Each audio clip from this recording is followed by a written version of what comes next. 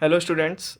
Last video में हम लोगों ने मोशन के बारे में बात करी थी और आज हम मोशन का कुछ डेफिनेशंस आपको बताने जा रहे हैं और लिखवाए दे रहे हैं एक तरीके से। तो इसको भी समझ लेना और अपना लर्निंग प्रोसीजर में इसको काम लाना, ठीक है, काम में लाना।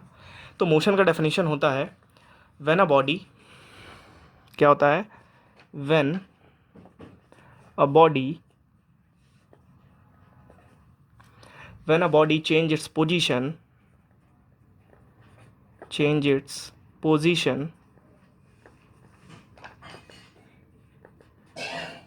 with respect to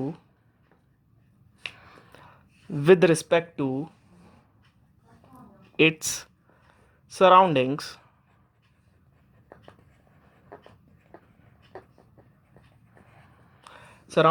it is said to be motion। इसी को क्या कहते हैं?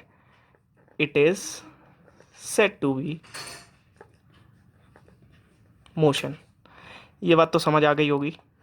चलो, अब हम लोग एग्जाम्पल की बात कर देते हैं। फॉर एग्जाम्पल अगर हम ले लें, ठीक है, तो फॉर एग्जाम्पल की बात करते हैं। Word fly in the sky, words fly in the sky. और फिर उसके बाद अगला एग्जाम्पल है moving of car, moving of car, moving of car. Earth revolves around the sun, earth revolves around the sun. तो ये थोड़ा लर्निंग प्रोसीजर में काम आएगा। आप लोग थोड़ा सा इसको लर्न करने का क्योंकि एग्ज़ाम में लिखने के लिए आता है तो उसका एक एग्जैक्ट डेफिनेशन होना चाहिए हमारे पास, तो इसको अप्लाई कर सकते हैं वहाँ पे। अर्थ रिवॉल्व्स अराउंड द सन। अब अगला है मोशन के साथ साथ हमें ये भी पता होना चाहिए रेस्ट का डेफिनेशन क्या होता है, ठीक है। तो चलिए रेस्ट का डेफिनेशन पता करते हैं क्या होता है, बताते हैं। तो रेस्ट का डेफिनेशन में सिर्फ क्या होता है, एक डिफरेंस होता है, वो होता है when a body does not change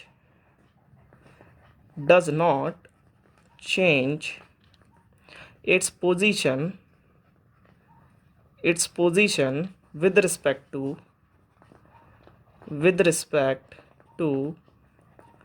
its surroundings,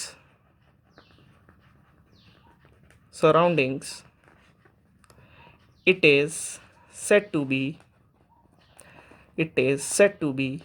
rest। ठीक है, तो इसमें ये बोला है कि अगर सराउंडिंग मतलब हमारा सराउंडिंग नहीं चेंज हो रहा है हमारा, ठीक है, सराउंडिंग के रिस्पेक्ट में उसका पोजीशन नहीं चेंज हो रहा है, तो फिर क्या होगा, वो चीज़ रेस्ट में होगी। इसके एग्जांपल्स हम देखते हैं। फॉर एग्जांपल्स जैसे कि एक ट्री हो गया, ठीक है, ट्रीज हो गए, पोल्स हो गए, शॉप्स हो गई और हाउसेज हो गए, एंड हाउसेस एक्सेट्रा। ये सारी चीज़ें हैं। अब हम आते हैं टाइप्स ऑफ मोशन। किस पर आते हैं? Types of motion. तो types of motion types of motion में अगर हम बात करें कितने टाइप्स के मोशन होते हैं, तो लीनियर मोशन होता है। फिर उसके बाद अगर हम बात करें रैंडम मोशन होता है।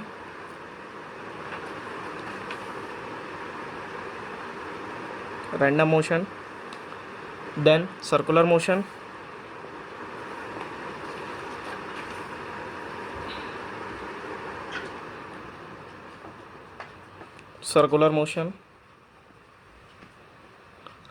फिर uniform circular motion, circular motion,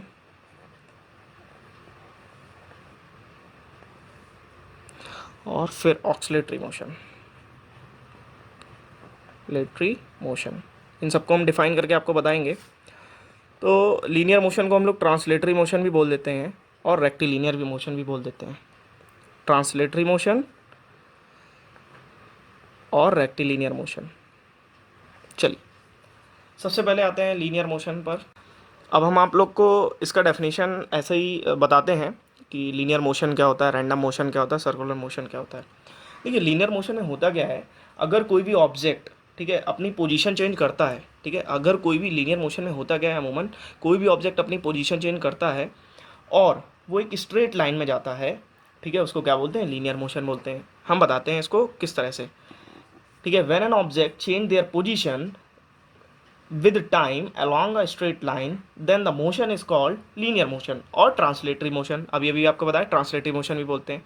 इसका एक बहुत अच्छा एग्जांपल अगर हम लें तो जैसे कि wall rotating on the floor, ठीक है, wall rotating on the floor.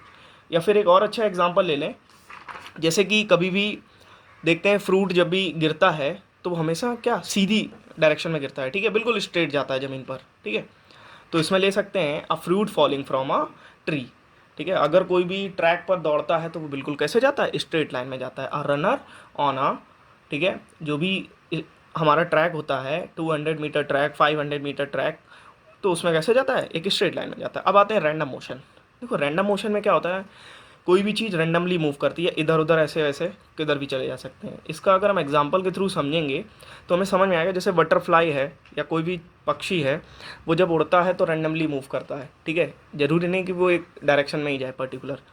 ठीक है, और जिन्होंने मैटर चैप्टर पढ़ा होगा क्लास 9th का, तो उसमें एक बताया गया है कि जो हमारे गैसियस मॉलिक्यूल होते हैं वो रैंडमली मूव करते हैं कंटेनर के अंदर।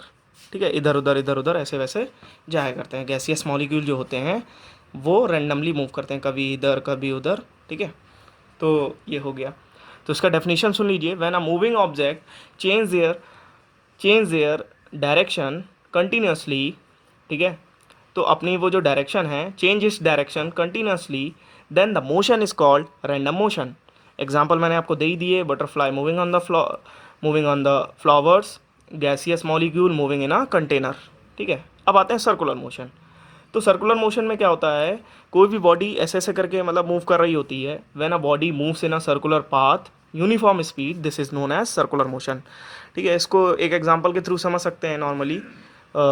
एग्जांपल अगर हम इसका बताना चाहें तो जो क्या होता है, कोई भी सर्कुलर मोशन है, सपोज दैट जो हम लोग ऐसे करके एक स्ट्रिंग में स्टोन को ऐसे पकड़ के करते हैं और उसको सर्कुलरली मूव कराते हैं ऐसे करके।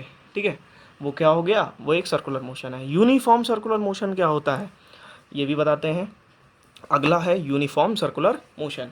तो इसमें होता है, when in a circular path an object moves with a uniform speed at a same time interval, then the motion is called uniform circular motion. जो ये मोशन होगा वो क्या होगा, यूनिफॉर्म सर्कुलर मोशन होगा। For example motion around the sun, earth moves, ठीक है, जो मोशन अराउंड द सन करता है, अर्थ करता है या कोई भी ले लें, तो वो जो होता है वो यूनिफॉर्म सर्कुलर मोशन होता है, एक यूनिफॉर्मली स्पीड से होता है।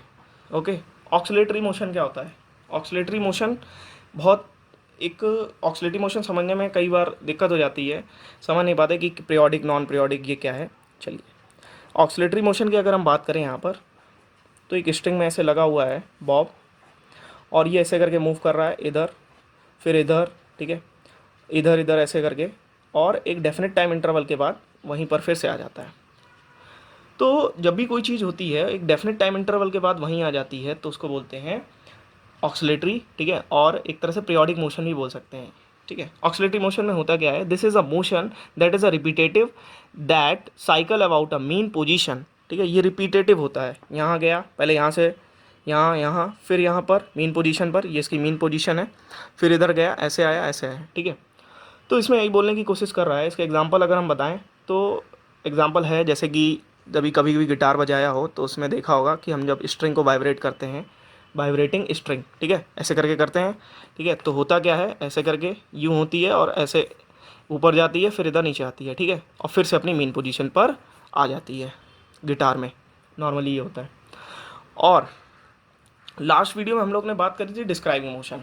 ठीक है, डिस्क्राइबिंग मोशन पर बात तो हमने करी थी, लेकिन हमें एक चीज़ समझने की ज़रूरत है डिस्क्राइबिंग मोशन में फिर से एक बार, कि डिस्क्राइबिंग मोशन का जो बेसिक चीज़ें हैं, डिस्क्राइबिंग मोशन के अंदर क्या क्या चीज़ें हैं जो चीज़ों को डिस्क्राइब करती हैं। मोशन को डिस्क्राइब करने वाला भी तो कोई चीज़ है, ठीक है, वो क्या है, चलिए आइए देखते हैं। डिस्क्राइबिंग मोशन, डिस्क्राइबिंग मोशन, तो डिस्क्राइबिंग मोशन हम एक्सप्लेन थोड़ा सा कर दें, इसके अंदर जो चीज़ें इस्तेमाल होती हैं। ठीक है, चलिए, we can describe the motion an object. ठीक है, तो we can we can describe the motion of an object, motion of an object by its position,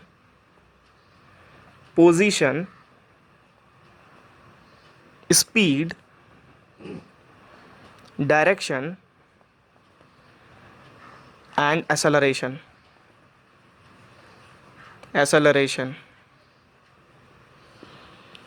An object is moving if its position relative to as a fixed point. हमने बताया ये इससे पहले motion और rest होता क्या है.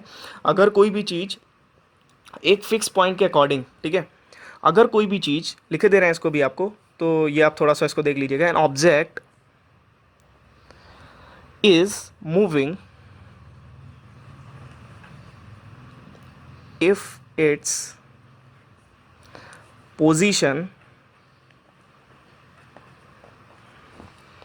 relative to a fixed point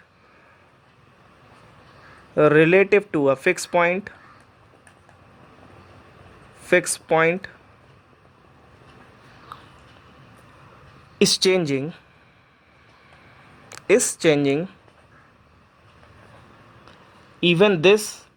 even things that appear to be at rest.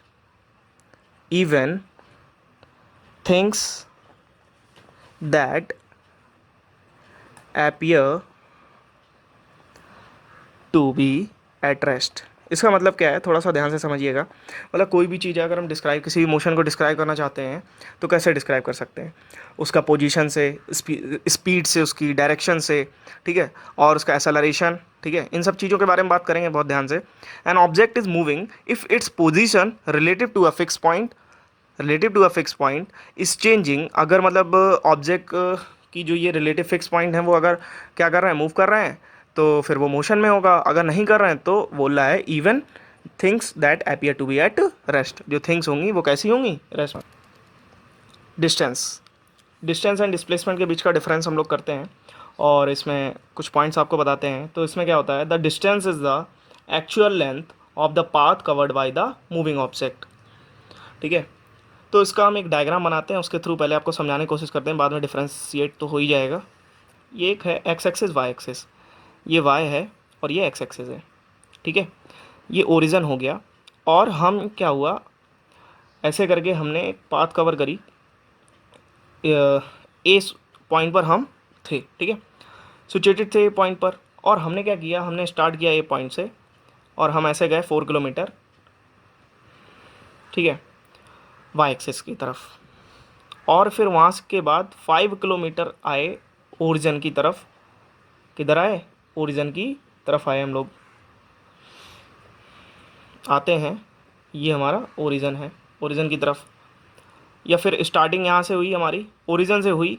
3 kilometre इधर आए पहले, ये 3 किलोमीटर पहले आए पॉइंट ए पर. ठीक है, यहाँ से ले लेते हैं पहले ओ ए चला 3, मतलब हम लोग ऐसे आए, कवर किया 3 किलोमीटर और फिर उसके बाद 4 किलोमीटर कवर करके यहाँ पर पहुँच गए पॉइंट बी पर. हमें पहुँचना था, हम लोग पहुँच गए. ठीक है, और ये जो हो गया, ये शॉर्टेस्ट वे जो था वो था 5 किलोमीटर का. ठीक है, जो शॉर्टेस्ट वे था. तो ये चीज़ जो है वो डिस्प्लेसमेंट है. और जो टोटल हमने डिस्टेंस कवर करी है, जो टोटल हमने एक्चुअल पाथ जो हमारा है, ठीक है. अब ऐसा तो नहीं है कि कई बार होता है कि हमें बगल की गली में जाना होता है लेकिन पूरा घूम के जाना होता है, ठीक है, तो वो होती है डिस्टेंस. लेकिन अगर हम कहें कि अगर मिनिमम अगर हम बोल दें कि हम कितना पास से पास जा सकते थे, ठीक है, तो जाना तो बगल ही में था, ठीक है, 10 मीटर ही या फिर 20 मीटर या 100 मीटर ही जाना था. लेकिन हम गए 500 मीटर घूम कर, क्योंकि हमें जो एक्चुअल पाथ है वही तो करना पड़ेगा ना. ऐसा तो नहीं है रास्ता नहीं है फिर भी उड़ के चले जाएंगे. तो डिस्प्लेसमेंट और डिस्टेंस में एक बहुत मेजर डिफरेंस होता है, वो यही होता है. चलिए, तो इसका हम बता देना ना. और भी चीज़ें हैं. जो डिस्टेंस होती है वो एक स्केलर क्वांटिटी होती है. क्या होती है, स्केलर क्वांटिटी. बट ये जो है वो वेक्टर क्वांटिटी है, वेक्टर क्वांटिटी. और एक चीज़ और भी है, जो डिस्टेंस होती है वो पाथ पर डिपेंड करती है.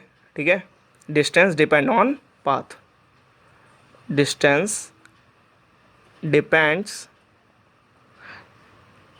On the path distance depend on the path taken by the body, जो भी हमारी बॉडी होती है, वो पाथ जो भी जहाँ से भी उसको जाना होता है। और बट ये जो सामने वाले होते हैं हमारे डिस्प्लेसमेंट, वो क्या होते हैं, वो पाथ पर डिपेंड नहीं करता है। Displacement does not depend on the path taken by the body, taken by the body. एक चीज़ और भी है, वो देखते हैं। ये तो दो डिफरेंसेस हो गए, और वो डिफरेंसेस क्या हैं देखिए। क्या होता है, जो हमारी डिस्टेंस है वो कभी भी जीरो नहीं हो सकती और ना ही कभी नेगेटिव हो सकती है, ठीक है। तो डिस्टेंस कभी भी नेगेटिव नहीं हो सकती है, नॉट अ नेगेटिव, ठीक है। और कभी भी ज़ीरो नहीं हो सकती, क्या नहीं हो सकती, ज़ीरो नहीं हो सकती। बट हमारा जो डिस्प्लेसमेंट है, ठीक है, वो ज़ीरो हो सकता है। क्या हो सकता है, डिस्प्लेसमेंट में be zero even if the distance is not zero, ठीक है। अगर हमने कुछ भी डिस्टेंस ट्रेवल करी होगी, सपोज दैट ये जीरो हो सकता है। पहले ये बात समझ लें हम लोग, क्या समझ लें, कि हमारा जो डिस्प्लेसमेंट है वो ज़ीरो हो सकता है, ठीक है। आगे बढ़ते हैं। अगला पॉइंट में क्या बोला गया है, डिस्टेंस हमेशा क्या होती है, पॉजिटिव होती है। Distance always positive, always positive. और जो डिस्प्लेसमेंट होता है, डिस्प्लेसमेंट में बी पॉजिटिव, पॉजिटिव और नेगेटिव। ये हो गया। तो इसमें तो ये हो गया, बहुत ही मेजर डिफरेंस है, ये चीज़ समझने वाली है। और जो इसका एक डेफिनेशन होता है वो भी एक मेजर डिफरेंस हो जाता है दोनों का। तो डिस्टेंस की डेफिनेशन होती है, the distance is the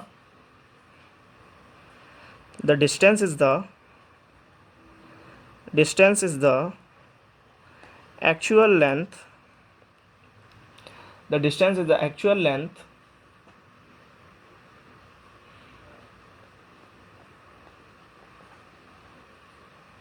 of the path covered by the moving object, moving object।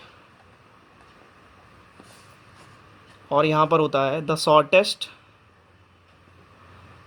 shortest distance between the initial position and final position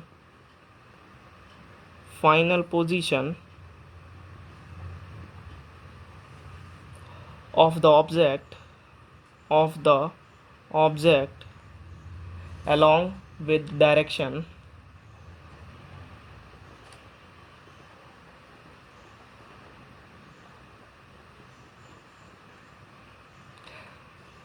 is displacement।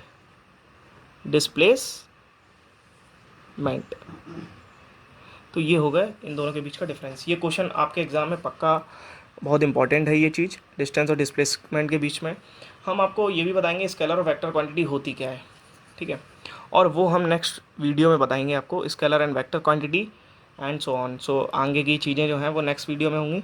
अभी के लिए इतना ही। अगर आपको ये चीज़ें अच्छी लगी हों तो चैनल को लाइक, शेयर और सब्सक्राइब अवश्य करें, क्योंकि इससे होगा क्या कि हम और सारा वीडियोज़ बनाएंगे और आप लोग को और सारा मदद कर पाएंगे आप लोग की। तो ठीक है, धन्यवाद।